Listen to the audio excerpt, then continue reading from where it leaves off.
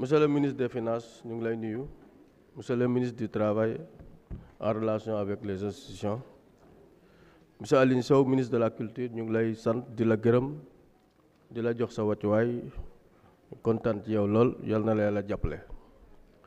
dina sant nag sama ñaari rakk yu baax muy Ousmane Baro Dione ak Biram Mbarou maa ngi leen di sant maa ngi leen di gërëm kontaan nañ ci ñoom bu baax.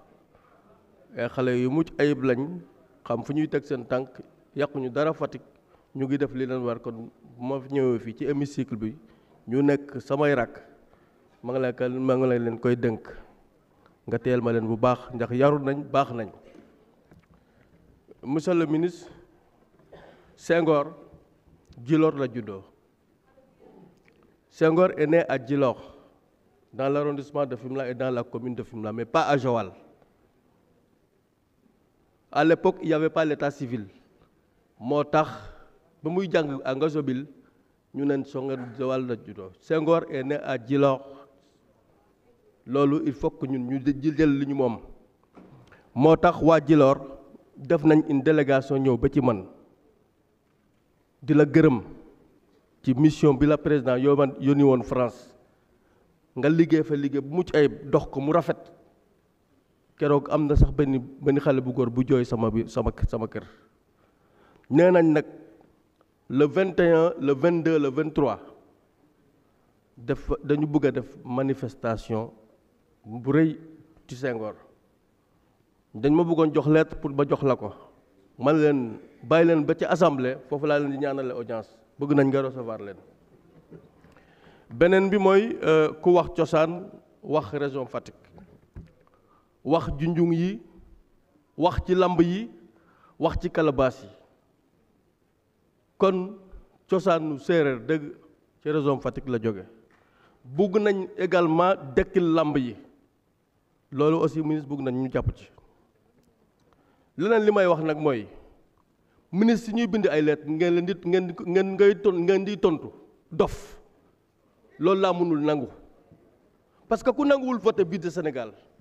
naka la leen di bind ay lettres ngeen koy tontu il faut qu'on respecte les Sénégalais nit da ngay nekk nite ñu mën a wax ak yow mais koo xam ne respecté woo kenn jël sa avion dem wuti xaalis yelwaani di wër Sénégal di ñu jaxase ak sénégalais yi di fen di tappale il ne dit jamais la vérité du wax dëgg du wax saytaane la.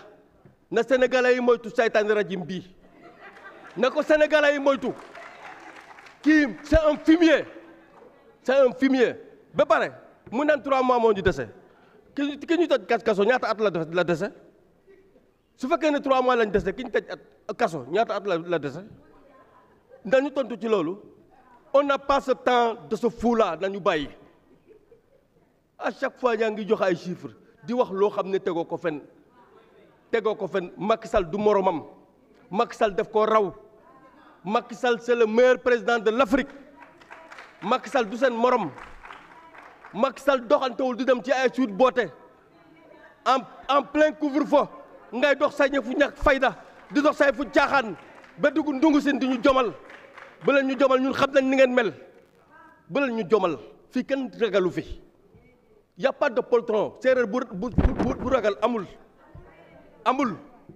ñun dañoo am fula am fayda ñu yar ñu ci jom ren ñu ci dignité ren ñu ci fula ak fayda loolu lañ xam loolu lañu gëm bu leen ñu fontoo réew mi nag ci yoon rek lañ koy teg incha allah le 24 xam nga le 25 Amadou Ba sera le président de la République du Sénégal. Merci beaucoup. Modou Bara Gaye à la parole. Rama Sissoko se prépare.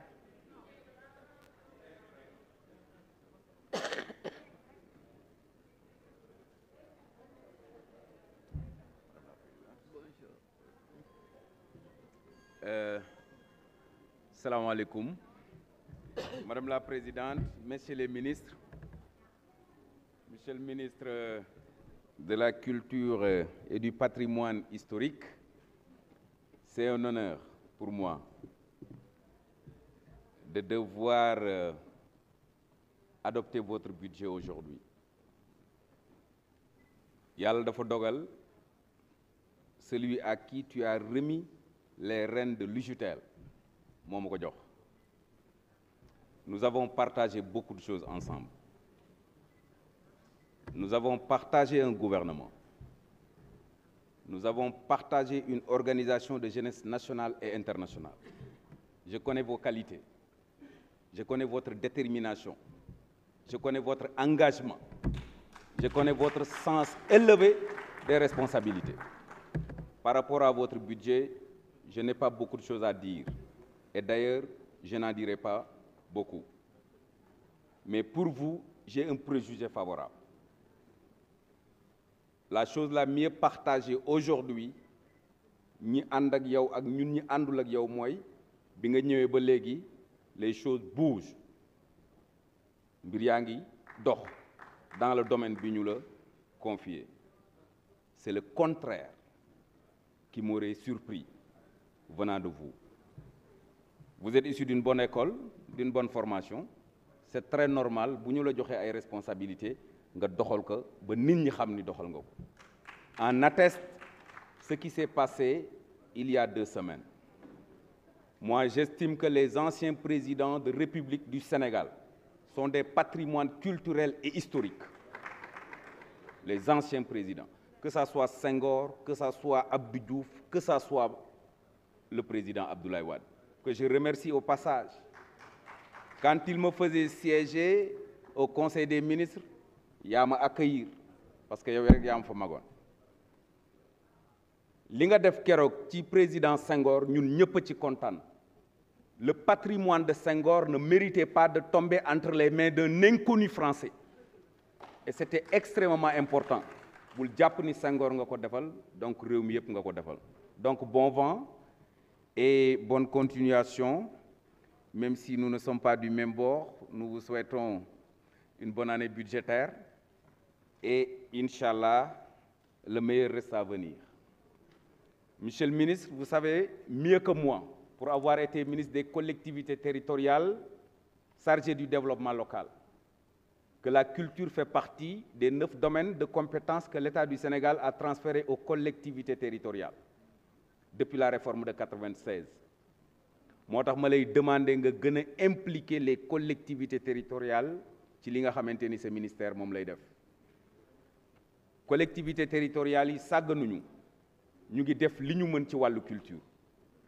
Souvent da ngeen di nekk fu sori nit ñi duñu mën a jot ci yéen ci ñun maire yi la ñuy jot. Et toujours pour continuer ci dynamique bi nga xamante ni moom ngeen nekk, moi je donne mon exemple. Je dois inaugurer au mois de décembre la première salle de spectacle du département de Keur Massar, une salle qui fait 500 mètres carrés.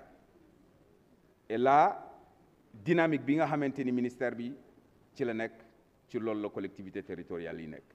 Et je vous demande par voie de conséquence d'apporter votre appui pour ne serait-ce que lépp loo xamante ni war na mën a doxal salle de spectacle boobu, parce que nag nous avons marre di duggal suñuy nit ay car ñuy ñëw Grand Théâtre du lieu wala ñuy ñëw ci yeneen salles yi nga xamante ni ñoo nekk en ville, parce que tout simplement les collectivités territoriales depuis la réforme de 2014 sont devenues des collectivités territoriales de développement ci loolu la ñu nekk. Alors maintenant je voulais savoir où est-ce que vous en êtes avec l'application de la loi sur le statut de l'artiste et des professionnels de la culture pour mettre fin à la précarité de certains hommes de culture. Quelqu'un l'a dit tout à l'heure, le chanteur El Hadj Ndiaye, la vidéo a été virale ci li nga xamante ni moom mooy réseaux sociaux yi. Il habite avec nous, il est de Thiaroye, il fait partie des gens qui nous ont formés quand on était jeunes. Thiaroye et Yeumbeul pratiquement, il n'y a pas de no man's land, benn zone la. Donc quand on a vu la vidéo il y a quelque temps, je me suis dit lan la culture di jariñ ci Sénégal. Des gens yoo xamante ni bégal nañ ñu defal nañ ñu lu ne tey ñu ñëw tombé ci benn précarité bi dafay xaw a doy waar. Sa responsabilité mooy nga jàppale leen ba ñu mën a génn ci précarité boobu. Il faut aussi, monsieur le ministre, j'estime que il faut que ñu faciliter l'octroi du visa par certains hommes de culture et femmes de culture. Notre pays duggul ci régime réciprocité de visa. da ngay gis sunuy artistes gën a talentueux ay artistes yoo xamante ni ñi ngi bitim réew bu ñuy ñëw fii dañuy teg ñu bàyyi leen ñu jàll. débat boobu xaj na concerné wu la bu ministre des affaires étrangères ñëwee dinañ ci waxtaan ak moom mais li ci gën a am solo mooy il faut faire un plaidoyer à l'endroit des consulats et des ambassades yi nga xamante ni ñoom ñoo nekk fii ñu mën a bàyyi suñu xale yi bu ñu bëggee dem ñu dem. Celui qui nous a formés, toi et moi, nous a toujours dit qu'un jeune doit voyager parce que le voyage forme le jeune. Je vous remercie. Merci beaucoup. Rama Sissoko a la parole. Seydou Dianko se prépare.